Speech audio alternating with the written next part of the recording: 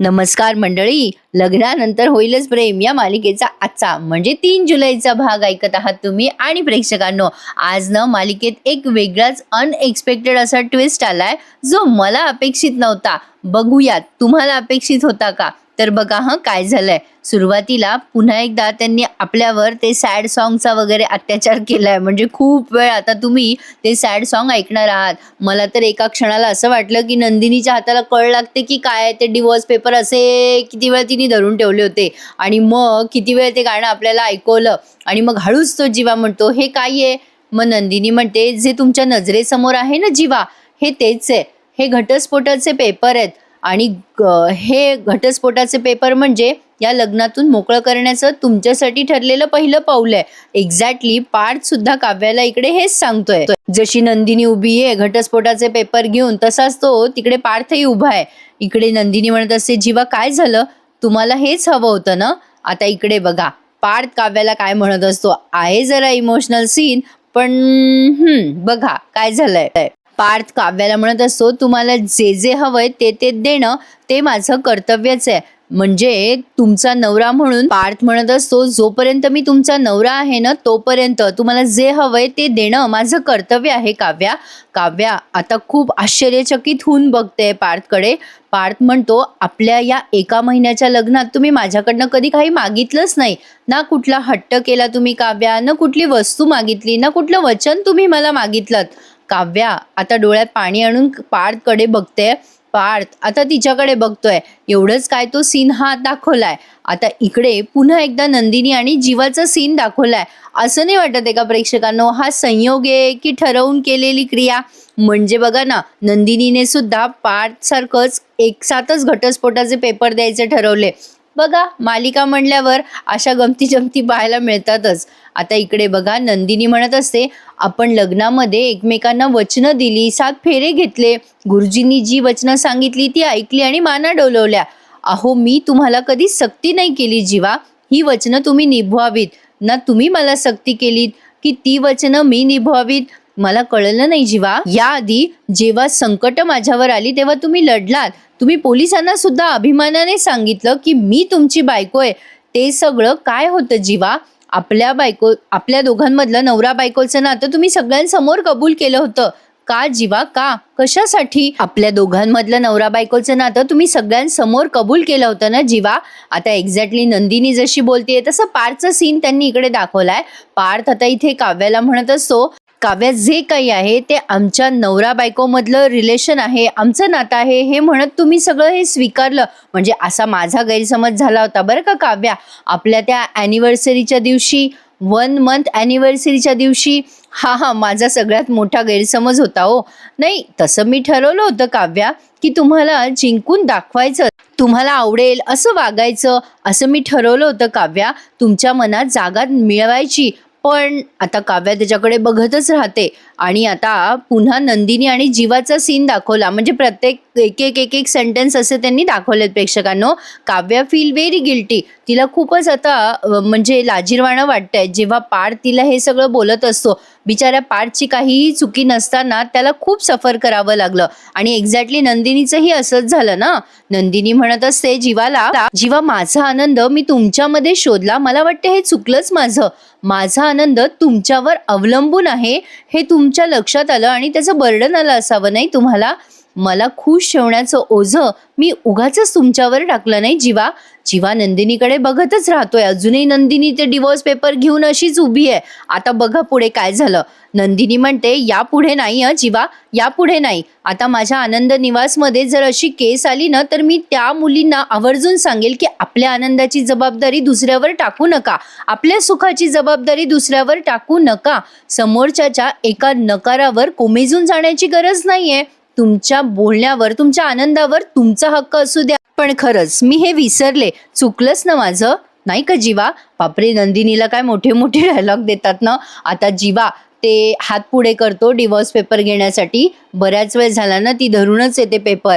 जीवा आता ते घटस्फोटाचे पेपर बघतच राहतो. आणि इथे पुन्हा ते ढंगचिक लग्नानंतर चालू झालं. आणि मग पार्थ म्हणतो चुकलं, खरंच माझंही चुकलं. तो आता काव्याशी बोलतोय बरं का पार्थ आणि म्हणतोय काव्या, तुम्हाला माहितीये, माझी आई नेहमी म्हणते, आपल्याकडे जर 2 लिटर पाणी असेल आणि समोरच्याकडे जर ओंजळ असेल तर आपण दिलेलं पाणी झेपेल का त्याला? ते पाणी आपण द्यायचा प्रयत्न जरी केला समोरच्याला तरी ते पाणी वाया जाईल ना. आणि पुन्हा वर समोरचा हेच म्हणणार ना की इतकं द्यायची काय गरज होती. आता एक्झॅक्टली पार्थच्या बाबतीत असं झालंय. तुम्हाला उदाहरण कळलं का प्रेक्षकांनो? पार्थ काय म्हणाला? आता पार्थ म्हणतो, खरंय, समोरच्याला तितकंच दिलं पाहिजे जेवढी त्याची घ्यायची कुवत आहे. तुमची तहान 4 थेंब पाण्याची होती हो काव्या, आणि मी मात्र पावसासारखा बरसत राहिलो तुमच्यावर. त्याच्या डोळ्यात आलंय टचकन पाणी. त्याला असं म्हणायचंय की तुम्हाला माझी गरज नसताना सुद्धा उगाच मी तुमच्या पुढे पुढे करत राहिलो. आणि आता ते सगळं बोलून तो म्हणतो, ठीक आहे, असो काव्या, हरकत नाहीये, पण हे घटस्फोटाचे पेपर घ्या. माझी सही मी केली आहे, तुम्ही सही करून टाका आणि विचार करा तुम्हाला या आयुष्यात काय करायचंय. असं म्हणून त्याने तिला खूप मोठा सल्ला दिला असं नाही वाटत आहे.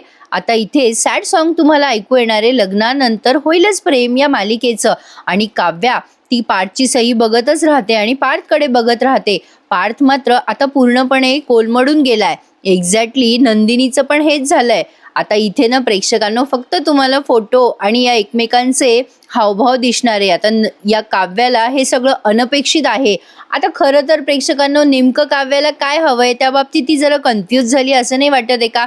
आणि जीवाचं पण तेच झालंय. पण आज मिथुन काकांनी जीवाची चांगली शाळा घेतली आहे बरं का. आता इथून पुढचे डायलॉग मिस करू नका, आवडतील तुम्हाला माझ्या आवाजात ऐकायला. तर बघा, काव्या ते घटस्फोटाचे पेपर घेते आणि बघतच राहते या पार्थकडे. आणि खूप वेळ त्यांनी हा सीन रंगवलाय. आणि आता पुढच्या सीन मध्ये तुम्ही बघणार आहात नंदिनी जीवाला काय म्हणते. काव्या आता फक्त पार्थकडे अशी बघते आणि कदाचित तिच्या डोळ्यामध्ये असे भाव आहेत की का पार्थ, का तुम्ही असे करताय. खरं तर काव्याला हेच अपेक्षित होतं ना प्रेक्षकांनो. म्हणजे बघा, मालिकेत तरी त्यांनी तेच दाखवलं. घटस्फोटाच्या लॉयरला तिने बोलवलं होतं, तिला घटस्फोटच हवा होता आणि तिच्या मनासारखं वागलाय की पार्थ आता.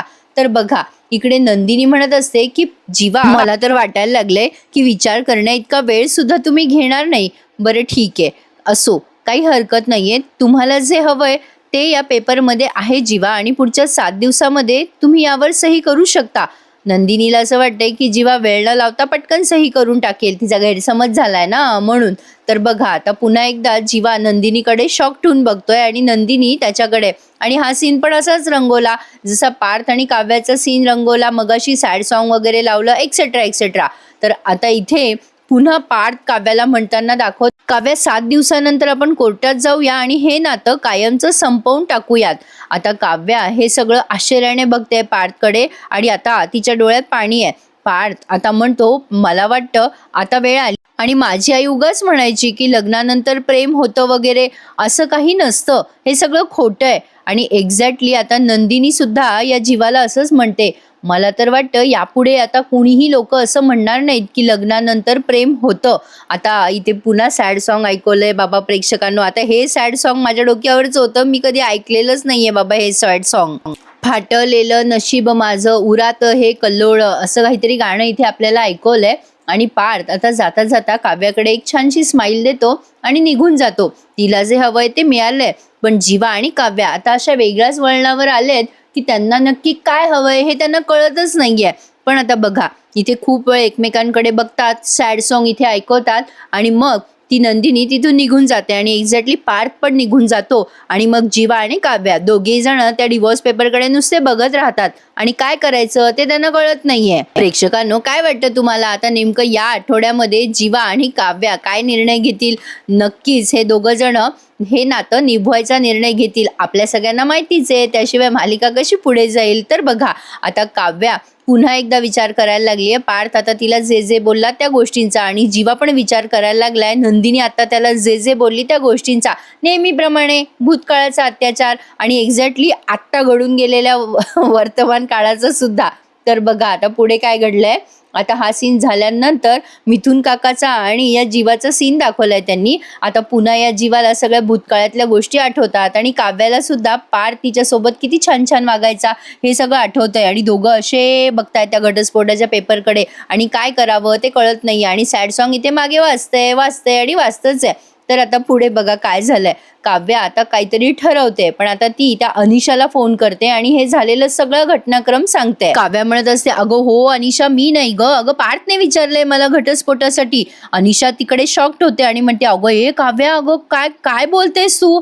अगं परवाच तर पार्थ तुझ्यासाठी ते पेस्ट्री वगैरे घेऊन आले होते ना, आणि काल घटस्फोटाचे पेपर घेऊन आले. अगं असं कसं शक्य आहे? डोक्यावर पडलेत का ते? काव्या म्हणते, ते नाही ग अनिशा, अगं मी पडले होते डोक्यावर. अनिशा म्हणते, म्हणजे? काव्या म्हणते, अगं ते मामा मामी आले म्हणून मी सैरभैर झाले आणि मी डिवोर्स लॉयरला फोन केला होता त्या दिवशी. अनिशा म्हणते, काय बोलतेस तू काव्या? अगं तू तर मला म्हणाली होती की. आता काव्या म्हणते, मला बोलू दे ना ग अनिशा, अगं काय झालं ते सांगू दे. अगं काय झालं, मी डिवोर्स लॉयरला फोन केला आणि ते लॉयर पार्थच्या ओळखीचे निघाले. नेमके ते पार्थच्या समोरच बसले होते आणि पार्थला कळालं की. आता लगेच अनिशा म्हणते, काय? पार्थला कळालं की तुला घटस्फोट हवे आणि त्यांना ते कळालं आणि ते तुझ्याकडे आले सुद्धा? तुला ना काव्या फटके द्यायला पाहिजे. हे तू काय करून ठेवलेस? काव्या म्हणते, अगं अनिशा मी काय केलं, मला नाही कळालं ग. अगं त्यांना सॉरी म्हणायसाठी मी आले ग त्यांच्या मागे मागे, पण पण त्यांनी त्यांनी तोपर्यंत ते घटस्फोटाचे पेपर पण तयार ठेवले होते. ते सगळं हर्ट झाले ग बघून आणि त्यांनी चक्क माझ्या हातात ते घटस्फोटाचे पेपर देऊन टाकले ग अनिशा.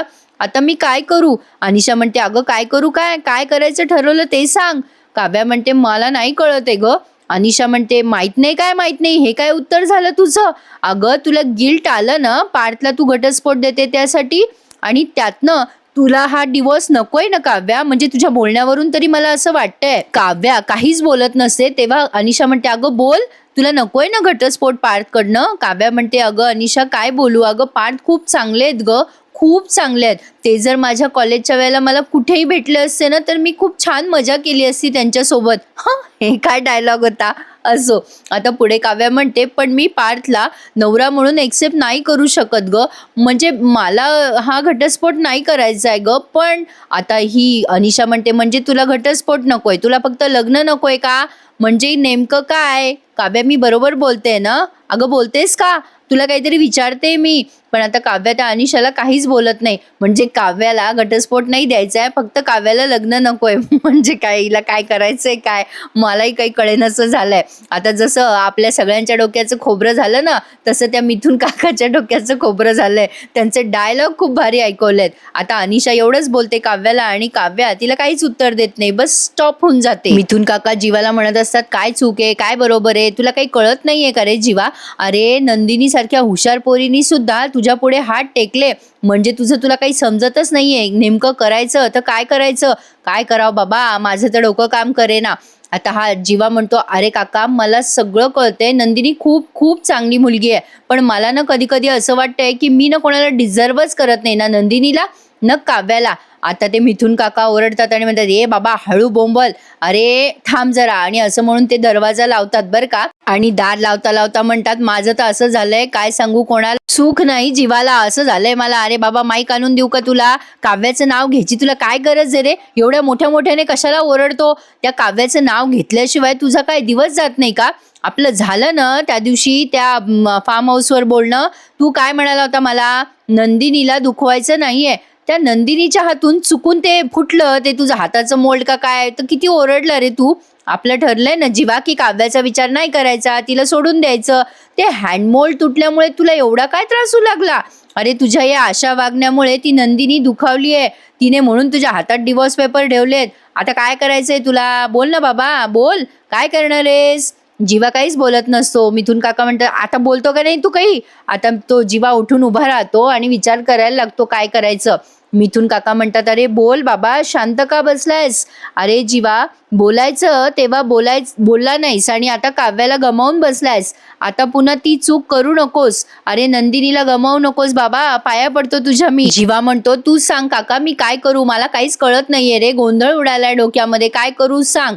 आता ते मिथुन काका म्हणतात, काहीही कर, काहीही कर, नाक घास, पाया पड, दंडवत घाल, काही कर, पण नंदिनी सोन्यासारखी पोरगी आहे आणि तिच्यासारखी पोरगी तुला परत नाही मिळणार जीवा.